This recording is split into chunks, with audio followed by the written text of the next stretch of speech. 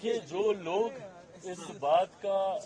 हो हल्ला मचाते हैं कि बिहार को विशेष राज्य का दर्जा नहीं मिला, विशेष राज्य का दर्जा नहीं मिला, ये वही विपक्ष के लोग हैं जिनके पास ये जानकारी का अभाव है कि इन्हीं की सरकार में, यूपीए की सरकार में मनमोहन सिंह जी के दौरान ही नीति आयोग में इस तरीके के प्रावधान किए गए थे जिसके बाद किसी भी राज्य को विशेष राज्य का दर्जा मिलना लगभग नामुमकिन के करीब हो गया था। बहरहाल हम लोग की मांग रही थी कि जब तक विशेष राज्य के दर्जे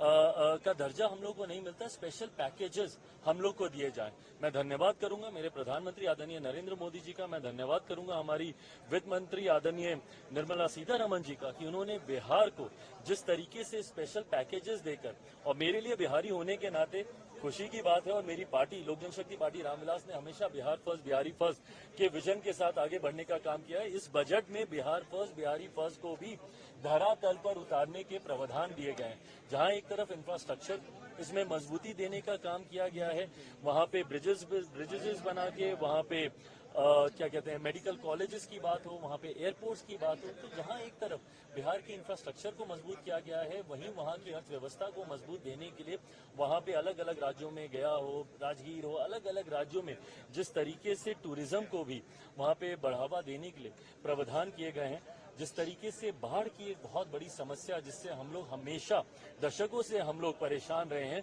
उसके भी समाधान का जिक्र इस बजट में किया गया है। तो मैं मानता हूं बिहारियों के लिए ये बहुत खुशी की बात है और पूरी बिहार की जनता प्रधानमंत्री जी का धन्यवाद करेगी। बट ओवरऑल भी अगर इस बजट को देखा जाए तो पूरी तरीके से समावेशी बजट है। पिछले 10 सालों में भारत की अर्थव्यवस्था, एक मजबूत अर्थव्यवस्था का लाभ हमारे समाज के हर वर्ग को मिले, युवाओं को मिले, महिलाओं को मिले, किसानों को मिले, मध्य वर्ग के लोगों को मिले, इस बात का ध्यान भी इस बजट में रखा गया है। मैं मानता हूं कि एक बजट, ऐसा बजट जो युवाओं से जुड़ी सबसे बड़ी समस्या बेरोजगारी का भी जिक्र करता है। एमएसएमई सेक्टर को जिस तरीके से मजबूती देने की बात की गई है, इसमें एमएसएमई सेक्टर एक रीढ़ की हड्डी है हमारे देश की अर्थव्यवस्था को लेकर। तो मैं मानता हूं कि विकसित भारत के निर्माण में ये एक मजबूत नींव की तरह इस बजट को देखा